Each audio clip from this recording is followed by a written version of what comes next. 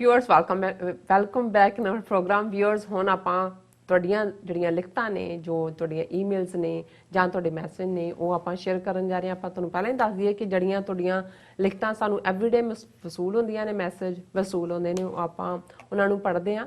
ਸੋ ਬਹੁਤ ਹੀ ਵਧੀਆ ਤੁਹਾਡੇ ਮੈਸੇਜ ਹੁੰਦੇ ਨੇ, ਪਿਆਰ ਨਾਲ ਭਰੇ ਹੁੰਦੇ ਨੇ, ਥਾਟ ਨਾਲ ਭਰੇ ਹੁੰਦੇ ਨੇ। ਸੋ ਆਪਾਂ ਹੁਣ ਉਹ ਨਾਲ ਡਿਸਕਸ ਕਰਨ ਜਾ ਰਹੇ ਹਾਂ ਜਿਹੜੀਆਂ ਚੁਣਿੰਦਾ ਜਿਹੜੀਆਂ ਹੈਗੀਆਂ ਨੇ ਲਿਖਤਾਂ। ਸੋ ਆਪਾਂ ਤੁਹਾਡਾ ਬਹੁਤ ਬਹੁਤ ਸ਼ੁਕਰੀਆ ਅਦਾ ਕਰਦੇ ਹਾਂ, ਔਰ ਨਾਲ ਹੀ ਗੁਰਬਾਣੀ ਵਿਚਾਰਾਂ ਦੀ ਵੀ ਸਾਂਝ ਤੁਹਾਡੇ ਨਾਲ ਪਾਈ ਜਾਏਗੀ। ਸੋ ਅਸੀਂ ਚਾਹਾਂਗੇ ਕਿ ਤੁਸੀਂ ਸਾਡੇ ਨਾਲ ਇਸੇ ਤਰ੍ਹਾਂ ਹੀ ਬਣੇ ਰਹਿਣਾ, ਦੇਖਣ ਸੁਣ ਲਈ ਐਂਡ ਲਿਖਣ ਲਈ ਤੁਹਾਡਾ ਸਭ ਦਾ ਬਹੁਤ ਬਹੁਤ ਸ਼ੁਕਰੀਆ ਜੀ। ਡਾਕਟਰ ਸਾਹਿਬ ਕੀ ਕਰਨਾ ਚਾਹੋਗੇ? ਦੇਖੋ, ਫਰਾਈਡੇ ਦੇ ਪ੍ਰੋਗਰਾਮ 'ਚ ਅਸੀਂ ਖਾਸ ਤੌਰ 'ਤੇ ਜਿੱਥੇ ਬਾਬਾ ਬੰਦਾ ਸਿੰਘ ਬਹਾਦਰ ਉਹਨਾਂ ਦੇ 350ਵੇਂ ਜਨਮ ਦਿਨ 'ਤੇ ਔਰ ਖਾਸ ਤੌਰ 'ਤੇ ਜਿਹੜਾ ਖੇਤੀਬਾੜੀ ਦੇ ਖੇਤਰ 'ਚ ਵੱਡਾ ਰੈਵੋਲੂਸ਼ਨ ਉਹਨਾਂ ਨੇ tiller of the land is the owner of land ਨਾਲ ਕੀਤਾ, ਉਹਨੂੰ ਫੋਕਸ ਰੱਖ ਕੇ ਵਿਚਾਰ ਚਰਚਾ ਕੀਤੀ ਸੀ। ਉਹਨੂੰ ਕਾਫੀ ਐਪਰੀਸ਼ੀਏਟ ਕੀਤਾ ਗਿਆ, ਕੁਝ ਉਸ 'ਤੇ ਸਵਾਲ ਵੀ ਚੁੱਕੇ ਗਏ। ਅਸੀਂ ਆਉਣ ਵਾਲੇ ਵਕਤ ਦੇ ਵਿੱਚ ਉਹਨਾਂ ਦਾ ਦੇ ਬਾਰੇ ਜਿਹੜਾ ਗੱਲ ਕਰਾਂਗੇ ਆਉਣ ਵਾਲੇ ਦਿਨਾਂ 'ਚ। ਔਰ ਇਸੇ ਤਰ੍ਹਾਂ ਜਿਹੜਾ ਅਸੀਂ ਪਾਕਿਸਤਾਨ ਵੈਕੂਇਸ ਟਰਸਟ ਬੋਰਡ ਔਰ ਪਾਕਿਸਤਾਨ ਸਿੱਖ ਗੁਰਦੁਆਰਾ ਪ੍ਰਬੰਧਕ ਕਮੇਟੀ ਵੱਲੋਂ ਜਿਹੜਾ 32 ਦੇ ਕਰੀਬ ਸਾਰੇ ਗਲੋਬਲ ਸਿੱਖ ਲੀਡਰਸ ਦੇ ਨਾਲ ਪਾਕਿਸਤਾਨ 'ਚ ਸਿੱਖ ਹੈਰੀਟੇਜ ਨੂੰ, ਗੁਰਦੁਆਰਿਆਂ ਨੂੰ ਔਰ ਦੋਨਾਂ ਕੌਮਾਂ ਦੀ ਆਪਸੀ ਸਾਂਝ, ਇਸ ਨੂੰ ਅੱਗੇ ਵਧਾਉਣ ਲਈ ਜਿਹੜੀ ਸਾਡੀ ਵਰਚੁਅਲ ਕਾਨਫਰੰਸ ਸੀ ਉਸ ਦੇ ਉੱਤੇ ਅਸੀਂ ਇੱਕ ਸੈਗਮੈਂਟ ਕੀਤਾ ਸੀ, ਜਿਸ ਨੂੰ ਬਹੁਤ ਸਰਾਹਿਆ ਗਿਆ। ਸਭ ਤੋਂ ਜ਼ਿਆਦਾ ਜਿਹੜਾ ਸੈਗਮੈਂਟ ਗਿਆ ਵਾਇਰਲ ਉਹੀ ਸੀ। ਔਰ ਉਹਦੇ ਨਾਲ ਨਾਲ ਈਵਨ ਜਿਹੜਾ ਗਲੋਬਲ ਗਰੁੱਪ ਕਰਤਾਰਪੁਰ ਸਾਹਿਬ ਲਾਂਘੇ ਦੇ ਉੱਤੇ, ਜਿਹਦੇ 'ਚ ਪੰਜਾਬ ਦੇ ਲਹਿੰਦੇ ਪੰਜਾਬ ਦੇ ਗਵਰਨਰ ਚੌਧਰੀ ਮੁਹੰਮਦ ਸਰਵਰ ਔਰ ਸਾਰੇ ਨੇ, ਉਸ ਦੇ ਉੱਤੇ ਵੀ ਪੋਸਟ ਕੀਤਾ ਅੱਡ ਨੇ, ਔਰ ਉਹਦੇ ਤੇ ਬਹੁਤ ਸਾਰਿਆਂ ਨੇ ਤਾਰੀਫ ਕੀਤੀ। TV84 ਦਾ ਸ਼ੁਕਰੀਆ ਵੀ ਅਦਾ ਕੀਤਾ, ਔਰ ਉਹਦੇ ਥੱਲੇ ਬਹੁਤ ਜ਼ਿਆਦਾ ਕਾਮੈਂਟ ਨੇ। ਸੋ ਅਸੀਂ ਸਾਰਿਆਂ ਦਾ ਹੀ ਸ਼ੁਕਰੀਆ ਅਦਾ ਕਰਦੇ ਹਾਂ। ਇਹ ਕਈ ਵਾਰੀ ਕ੍ਰਾਈਟੇਰੀਆ ਵੀ ਹੁੰਦਾ ਹੈ ਇਹ ਸਮਝਣ ਦੇ ਲਈ ਕਿ ਦੋਨਾਂ ਕੌਮਾਂ ਦੇ ਵਿੱਚ ਕਿਸ ਕਿਸਮ ਦੀ ਸਾਂਝ ਹੈ, ਪਿਆਰ ਹੈ। ਔਰ ਅੱਜ ਕਿਉਂਕਿ ਬਹੁਤ ਸਾਰੀਆਂ ਲਿਖਤਾਂ ਜਿਹੜੀਆਂ ਨੇ ਉਹ ਬੈਕ ਤੋਂ ਚੱਲ ਰਹੀਆਂ ਨੇ, ਅਸੀਂ ਮੁਨੀਰ ਅੰਜਮ ਜੀ ਨੇ ਸਾਨੂੰ ਲਿਖਿਆ, ਉਹਨਾਂ ਨੇ ਕਿਹਾ ਕਿ with all due respect and with all due respect, first of all I pray for your health, harmony and peace for you, your family and host lady and for your whole team. बहुत बहुत शुक्रिया मुनीर अंजम जी।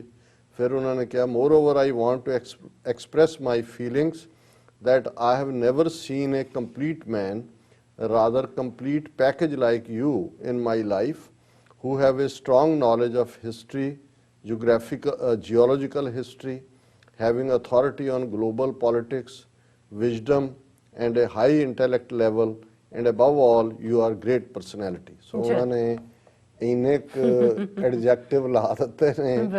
ਜਿਵੇਂ doctor Cheema ਜਦੋਂ ਉਸ global virtual conference 'ਚ ਮੈਨੂੰ introduce ਕਰਵਾਉਣ ਲੱਗੇ ਤਾਂ ਉਹਨਾਂ ਨੇ ਇੰਨਾ ਕੁਝ ਕਹਿ ਦਿੱਤਾ ਕਿ ਮੈਨੂੰ ਅਸਲੀ ਵੱਲ ਜਾਣ ਤੋਂ ਪਹਿਲਾਂ ਮੈਂ ਕਿਹਾ ਜੀ ਗੱਲ ਇਹ ਹੈ ਕਿ ਸਾਡੇ ਨਿਹੰਗ ਸਿੰਘਾਂ ਦੇ ਬੋਲਿਆਂ 'ਚ ਜਿਹੜੀ ਪੁਰਾਤਨ ਸੀ ਸਾਡੀ ਲੈਂਗੁਏਜ, ਜਿਹੜੀ ਹਾਰਡ ਡੇਜ਼ ਦੇ ਵਿੱਚ ਅੰਨੇ ਨੂੰ ਸੂਰਮਾ ਕਿਹਾ ਜਾਂਦਾ ਵੀ ਉਹਦਾ ਦਿਲ ਰੱਖਣ ਲਈ। ਹੁਣ ਜਿਹੜਾ ਬਲਾਈਂਡ ਹੈ ਉਹਨੂੰ ਕਹਿੰਦੇ ਸੂਰਮਾ ਸਿੰਘ ਹੈ, ਚਾਹੇ ਸੂਰਮ ਹੈ।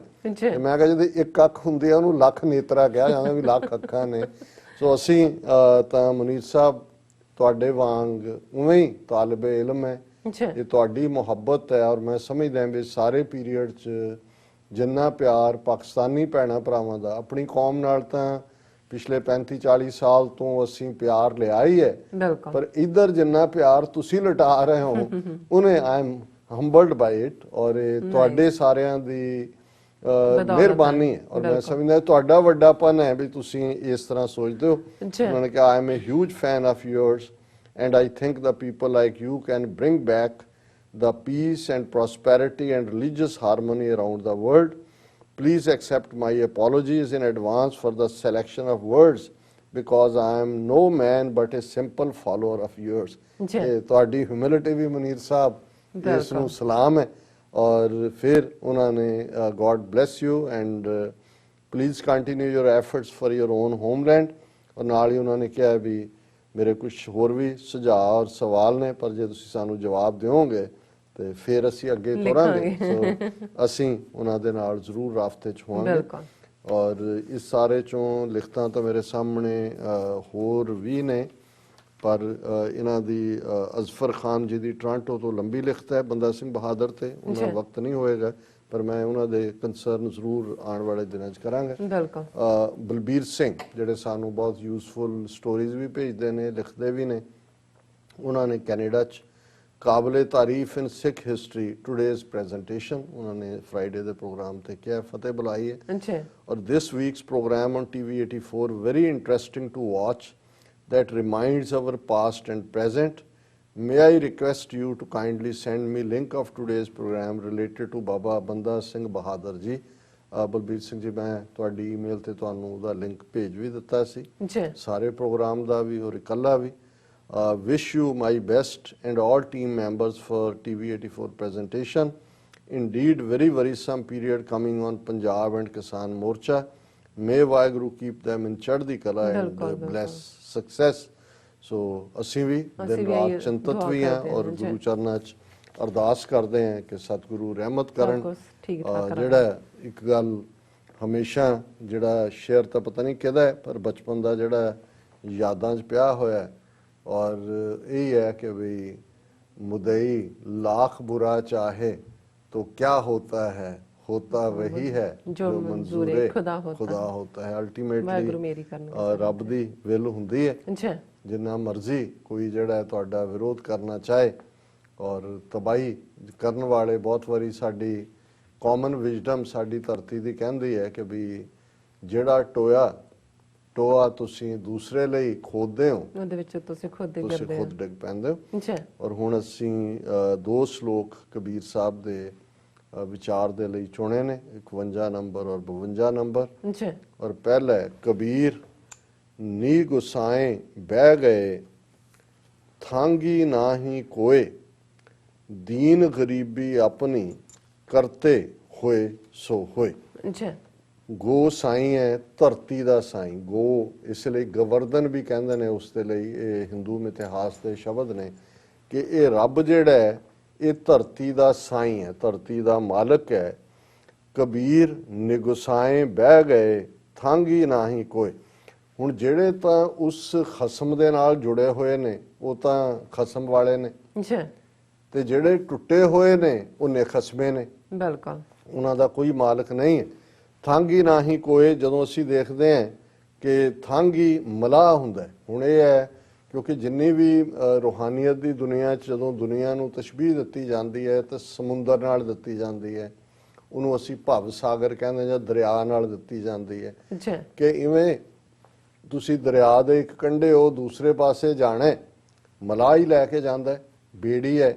ਹੁਣ ਬੇੜੀ ਰੱਬ ਦੀ ਯਾਦ ਦੀ ਹੈ, ਇਬਾਦਤ ਦੀ ਹੈ, ਖਲਕਤ ਦੀ ਸੇਵਾ ਦੀ ਹੈ, ਤੇ ਜਿਹੜਾ ਮਲਾਹ ਹੈ ਉਹ ਤੁਹਾਡਾ ਗੁਰੂ ਹੈ, ਸਤਿਗੁਰੂ ਹੈ, ਨਬੀ ਹੈ, ਪੈਗੰਬਰ ਹੈ, ਜਿਹਦੇ ਤੇ ਤੁਹਾਡਾ ਈਮਾਨ ਹੈ। ਉਸ ਦੇ ਉੱਤੇ ਤੁਸੀਂ ਅਮਨਾ ਰੱਖ ਕੇ ਜ਼ਿੰਦਗੀ ਜਿਓਗੇ ਤੇ ਇਸ ਭਵ ਸਾਗਰ ਤੋਂ, ਇਸ ਦੁਨੀਆ ਦੇ ਵਿੱਚ ਜਿੱਥੇ ਮਾਇਆ ਦਾ ਕਹਿਰ ਵਰਸਦਾ ਉਹਦੇ ਚੋਂ ਤੁਸੀਂ ਅੱਗੇ ਨਿਕਲੋਗੇ, ਸੋ ਪਾਰ ਜਾਓਗੇ। ਸੁਖਬੀਰ ਸਾਹਿਬ ਕਹਿੰਦੇ ਨੇ ਕਿ ਭਾਈ ਜਿਹੜੇ ਨਿਗੁਸਾਏ ਨੇ, ਨਿਗੁਰੇ ਨੇ, ਜਿਨ੍ਹਾਂ ਦਾ ਖਸਮ ਹੀ ਕੋਈ ਨਹੀਂ ਹੈ, ਉਹ ਤਾਂ ਬਹਿ ਗਏ, ਉਹ ਤਾਂ ਉੱਥੇ ਹੀ ਬੈਠੇ ਨੇ ਕਿਉਂਕਿ ਥਾਂਗੀ ਨਾ ਹੀ ਕੋਈ ਉਹਨਾਂ ਦਾ ਮਲਾਹ ਨਹੀਂ ਹੈ। ਦੀਨ ਗਰੀਬੀ ਆਪਣੀ ਕਰਤੇ ਹੋਏ ਸੋ ਹੋਏ।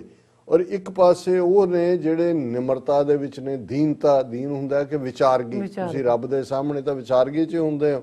ਔਰ ਜਿਨ੍ਹਾਂ ਨੇ ਆਪਣੀ ਅੰਦਰ ਗਰੀਬੀ ਲਿਆਂਦੀ ਹੈ, ਦੀਨਤਾ ਲਿਆਂਦੀ ਹੈ, ਉਹ ਰੱਬ ਦੇ ਭਰੋਸੇ ਤੇ ਹੁੰਦੇ ਨੇ ਕਿ ਭਾਈ ਜੋ ਕਰਤੇ ਹੋਏ ਸੋ ਹੋਏ, ਕਿ ਜੋ ਰੱਬ ਨੇ ਕਰਨਾ ਅਲਟੀਮੇਟਲੀ ਉਹੀ ਹੋਣਾ ਔਰ ਰੱਬ ਨੇ ਉਹਨਾਂ ਦਾ ਪਾਰ ਉਤਾਰਾ ਕਰਨਾ। ਔਰ ਦੂਸਰਾ ਸ਼ਲੋਕ ਫਿਰ ਇੱਕ ਪਾਸੇ ਰੱਬ ਨਾਲ ਜੁੜੇ ਹੋਏ ਨੇ, ਇੱਕ ਪਾਸੇ ਰੱਬ ਨਾਲੋਂ ਟੁੱਟੇ ਹੋਏ ਨੇ, ਪਰ ਕਬੀਰ ਸਾਹਿਬ ਨੇ ਜ਼ਰਾ ਸਖਤ ਲਾਈਨ ਲਈ, ਈਵਨ ਕੱਲੇ ਰੱਬ ਨਾਲੋਂ ਟੁੱਟਿਆ ਹੋਇਆ ਨਾਲੋਂ ਹੀ ਨਹੀਂ, ਈਵਨ ਜਿਹੜੇ ਉਸ ਕੰਪਨੀ 'ਚ ਨੇ ਉਹਦੇ, ਕਬੀਰ ਬੈਸਨੋਂ ਕੀ ਕੂਕਰ ਭਲੀ ਸਾਕਤ ਕੀ ਬੁਰੀ ਮਾਏ, ਉਹ ਨਿਤ ਸੁਣੈ ਹਰ ਨਾਮ ਜਸ, ਉਹ ਪਾਪ ਵਿਸਾਹਣ ਜਾਏ। ਉਹਨਾਂ ਨੇ ਕਿਹਾ ਵੀ ਇਹ ਜਿਹੜਾ ਤਾਂ ਰੱਬ ਦਾ ਬੰਦਾ ਹੈ, ਵੈਸ਼ਨੋ ਹੈ, ਜਿਹੜਾ ਰੱਬ ਦੇ ਨਾਲ ਜੁੜਿਆ ਹੋਇਆ ਬੰਦਗੀ 'ਚ ਹੈ, ਉਸ ਦੇ ਦਰ ਦੀ ਕੁੱਤੀ ਵੀ ਚੰਗੀ ਹੈ, ਬਿਲਕੁਲ ਕੁੱਤੀ ਜਾਂ ਕੁੱਤਾ, ਕਿਉਂਕਿ ਉਹ ਜਦੋਂ ਰੱਬ ਦੇ ਗੁਣ ਗਾਉਂਦਾ ਹੈ, ਰੱਬ ਨੂੰ ਯਾਦ ਕਰਦਾ ਹੈ, ਇਬਾਦਤ ਕਰਦਾ ਹੈ, ਤੇ ਉਸ ਦਾ ਅਸਰ ਜਿਵੇਂ ਹਰ ਚੀਜ਼ ਐਨੀਮਲਸ ਦੀ ਅਸੀਂ ਕਬੂਲਦੇ ਆ, ਸਾਡਾ ਅਸਰ ਉਹਨਾਂ ਤੇ ਹੁੰਦਾ ਹੈ।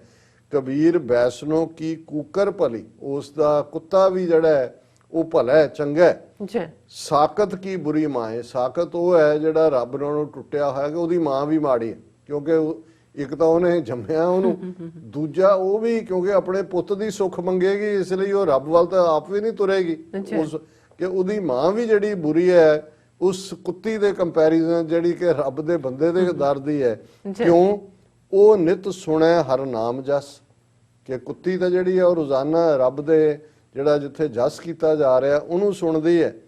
ਉਹ ਪਾਪ ਵਿਸਾਹਣ ਜਾਏ, ਔਰ ਇਹ ਜਿਹੜਾ ਦੂਜੇ ਪਾਸੇ ਸਾਕਤ ਹੈ, ਵਿਹਾਸਣ ਹੁੰਦਾ ਹੈ, ਵਿਹਾਜਣ, ਕਿ ਜਿਹੜਾ ਪਾਪ ਖੱਟਣ ਜਾਂਦਾ ਹੈ ਤੇ ਉਹ ਉਸ ਪਾਪ ਦਾ ਅਲਟੀਮੇਟਲੀ ਕਮਾਈ ਵੀ ਉਸ ਪਾਪ ਦੀ ਹੋਏਗੀ ਜਿਹੜੀ ਉਸ ਘਰ ਚ ਆਉਂਦੀ ਹੈ, ਔਰ ਉਹਨੂੰ ਕੋਈ ਵਰਜਨ ਵਾਲਾ ਵੀ ਨਹੀਂ। ਮਾਂ ਦੇ ਕੋਲ ਹੀ ਸਭ ਤੋਂ ਜ਼ਿਆਦਾ ਤਾਕਤ ਹੁੰਦੀ ਹੈ, ਪਰ ਉਹ ਵੀ ਉਹਦੀ ਸਹਿਯੋਗੀ ਬਣੀ ਹੋਈ ਹੈ।